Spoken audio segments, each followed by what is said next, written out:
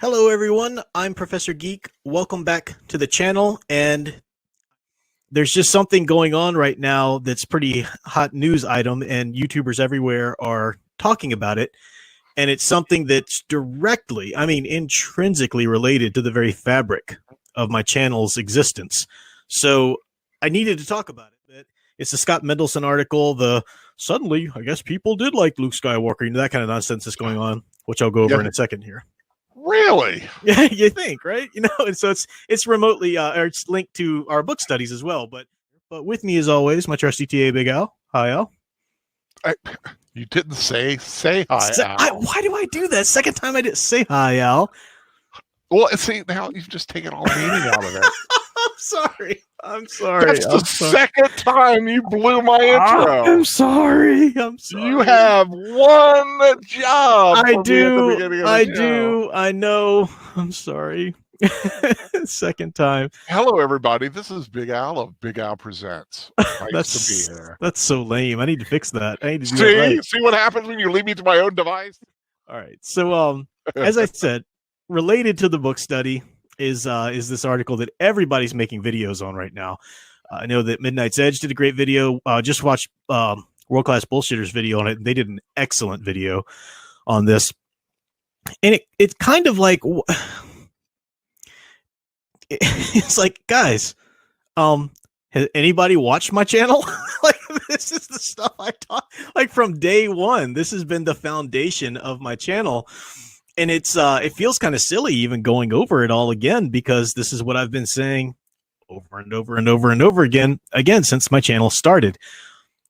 The media is suddenly shocked that what you mean? I guess people actually like Luke Skywalker. That's what's going on. I mean, it's just like they don't know. And Scott Mendelson, he's infamous for his horrible opinions and horrible takes on films. And he kind of knows. I think part of the time he's just Mr. Troll, because he kind of like that's part of his shtick and platform too. The film reviewer for Forbes here. So 43 years later, exactly. This guy finally realizes that the hero of one of the most significant and profitable trilogies in cinematic history was actually, liked by the fans. Mm-hmm. Mm-hmm. Yeah, and what spawns this, and the World Class Bullshitters video does a great job of talking about tradition and why aspirational heroes are necessary for tradition. The Midnight's Edge video does a good job of delving into that sort of echo chamber. This is why they suddenly I legit believe this thought has just literally occurred to a lot of these people, because they're so used to automatically tuning anybody out that dares dissent from their agenda and whatnot. That's, well, you're wrong thinker. So of course we can't, give you any credence. And I think this is suddenly, because of, what's his name? The guy who voiced Darth Maul. Help me out. We've met him. His name, Sam Witwer. Yeah. Sam Witwer, and Midnight's Edge was talking about, because he's one of their own, suddenly talking about, I didn't really like what they did to Luke and everything, so suddenly they're like, what? It's ridiculous. Yeah, and for those in the know, Sam Witwer, huge Star Wars fan. Mm-hmm. He's a huge geek. Mm-hmm. A lot of people don't realize that about him, but he was Doomsday on Smallville. Doomsday on Smallville. So what I want to add to this topic right now is the same thing that old veterans of my channel, this is going to sound like I'm repeating myself to you, but it's relevant all of a sudden. So it's time, for me to bring this all out again and talk about it again. And perhaps people will actually, new people will come to the channel and learn. So here's the thing. This is why in this article, Scott Mendelson, as though he's the first person to ever think of this, he'll go through and he'll talk about, we did get this progression of movies and blah, blah, blah. I'm going to drop a link in the chat. And when I re-release this as its own video, I'll put the link as a card up at the top. But here's a link to a presentation that I did at a university years and years ago. And it was talking about the two basic hero types, the aspirational heroes and the cathartic motivational hero. And I looked at culture and I said, ever since, I called this out long before Mendelson did, ever since Nolan's Batman films, which arguably, you know, that's not the most heinous take to, you know, to do on a character like Batman. You know, you can argue for that or whatever, but ever since that, they tried to remake every character, every superhero since then has tried to go this route pretty much. And I show movie posters of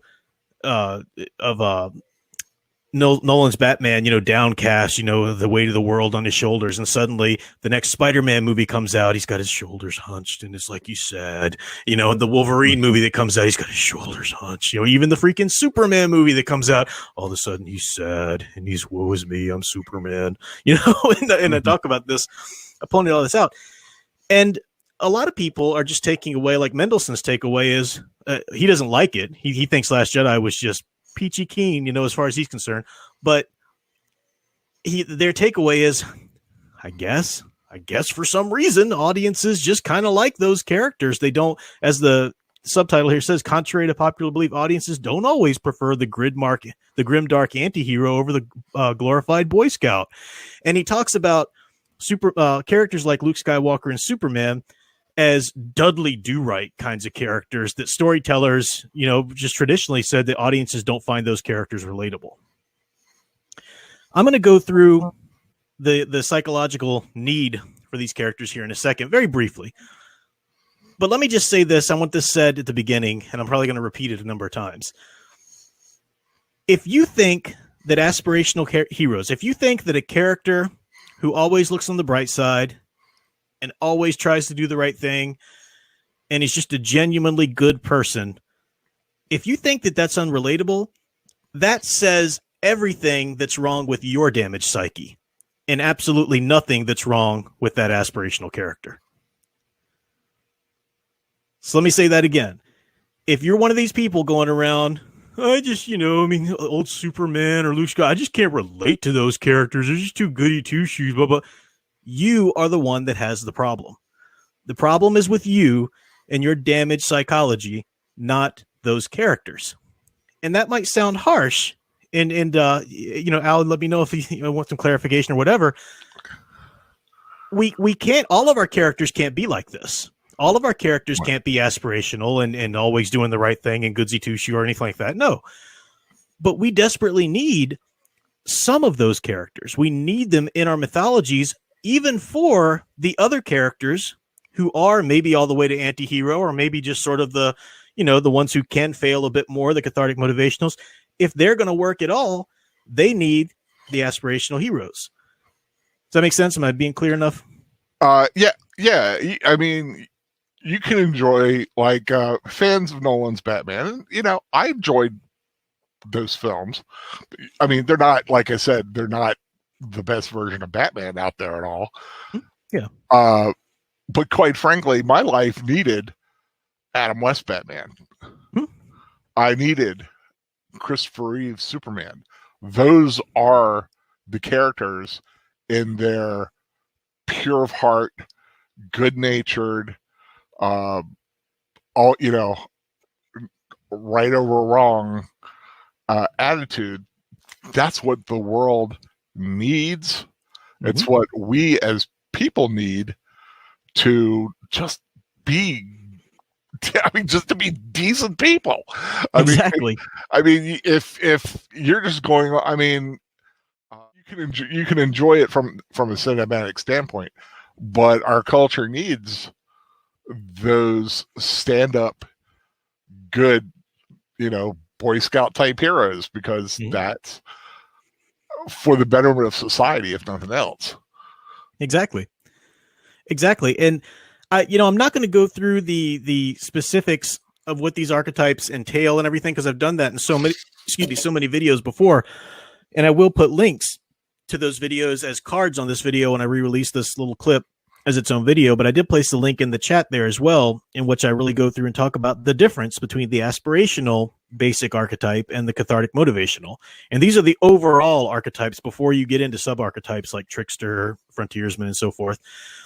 So I'll leave the specifics of that to those other videos that I'll steer people toward. But I really like what you said there, Al, when you said you were at a time when you needed Adam West Batman or Christopher Reeve Superman.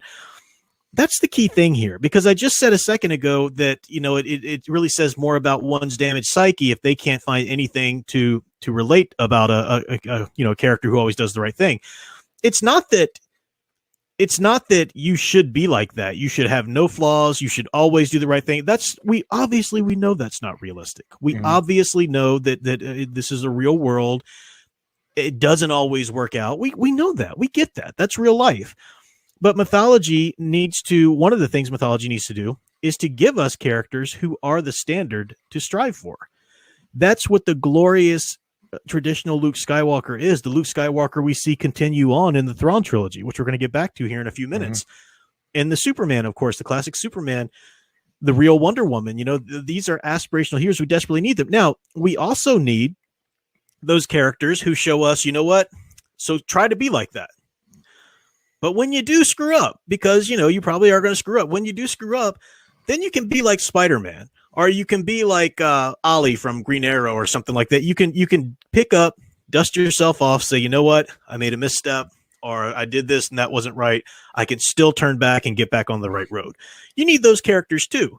Now, maybe your taste, maybe it's just about your taste. You tend to draw more towards that kind of story or whatever, but it's probably linked to what's going on in your life. So like Al said, he needed those characters at a time. This is what I get at with my Inspiration of Heroes series that I'm doing. See, unless you really don't understand the need for aspirational heroes until you finally got into a place in your life where you've gone through trauma. And I mean real trauma, not boo-hoo, so-and-so broke my heart in high school, I mean real life-altering, shaking trauma that happens in life. That's when you're struck with the decision, okay, I'm miserable now, so I can just make everybody else miserable until I finally die. Or you can find some meaning and you can find some way to strive to be better, to help other people, and that's the aspirational hero. That's what they're all about. It shouldn't take the plummeting destruction of the Star Wars franchise for the media to finally realize this. Scott Mendelson shouldn't be just scratching his head now going, duh, I guess they like that. Yeah. How many years after the movie came out? Exactly. Finally realizing this, but exactly.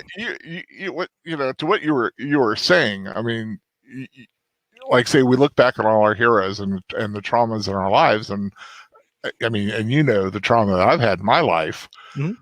What better hero to have going through what I was going through than Superman himself? Yeah, Christopher Reeve. I mean. The man's not Superman. He played it. He's not really Superman.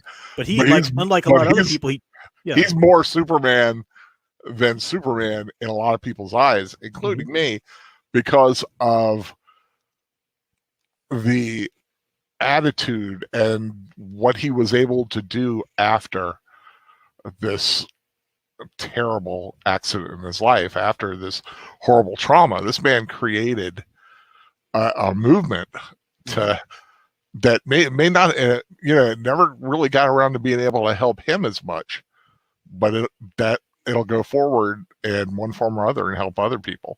Yeah, and he'll always be a standard bearer for that. I mean, that S shield stands for a lot more than just Superman. A lot of people, exactly.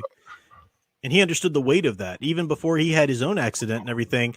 He understood that if I'm going to embody this character for so many people out there, I need to make sure that my own life is a somewhat of an embodiment of this too. He didn't just see it as a job. And like playing Superman's kind of like having sex, like Henry Cavill says, or I just do it for the money. I mean, no, step it up, son. You got a responsibility now. You stepped into something far greater than just a role that you're getting paid for. I mean, I would think in my own thing, like if I were an actor and like, hey, if I were Henry Cavill, if I looked like Henry Cavill and I had the opportunity to play Superman, what an honor. Yeah. That would be. And I know a lot. I mean, like I said, he's an actor. It's just another role. He doesn't view it like some of us would be, but just like Luke Skywalker. I mean, that, 12-year-old guy seeing this, good-natured farm boy defeat the Empire. Mm-hmm. That's big when you're 12. That's something. Yeah. Big. Yeah. That's an example that'll stay with you. Mm-hmm. We'll wrap this portion up here with one question I see in the chat, and then we'll go ahead and start our book study. But Dark Stranger says, Professor Geek, but how does one define what is truly the identity of these characters when there's already a plethora of different takes? Would it not just end up being self-preference than truth? Well, that's the danger, and I'm glad you brought that up, because that's the danger when you've got characters like Superman or Luke Skywalker who's been so thoroughly ingrained in the public consciousness as these aspirational heroes, and you've got this incessant, and I mean just obsessive need to tear them down at all costs, whether it's the New 52 or Zack Snyder or Rian Johnson, or just people who just can't handle it, can't abide that there's a character out there who doesn't get the grit him up and make him dark treatment. And they're obsessed. They go after these characters obsessively. Once that happens and you've got enough, quote unquote versions of the character out there that are not the proper take on the character, it can be hard, because once a character loses its place in public consciousness as that aspirational hero anymore, and that is possible if it continues to happen, that's a problem. That's why so many of us are speaking out so fervently now before that happens. And think of the 10 to 15-year-olds now. Who do they have to look up to? Yeah. It breaks my heart when some of my students come in there and the only face that pops in their head when I say Superman is Henry Cavill having his little meltdown or snapping somebody's neck or whatever. But the Snyder cut will fix it. You'll all see. No, everybody's like, well, see the Snyder's cut. Well, that'll show you how he becomes that. You can't become the aspirational hero. Part of the definition of the aspirational hero is that you must be that from the beginning, or you're not it at all. You can't become that, because that muddies up the archetype. He has to be that standard. The cathartic motivational heroes are trying to become that. So stop pretending that makes some sort of sense as an argument.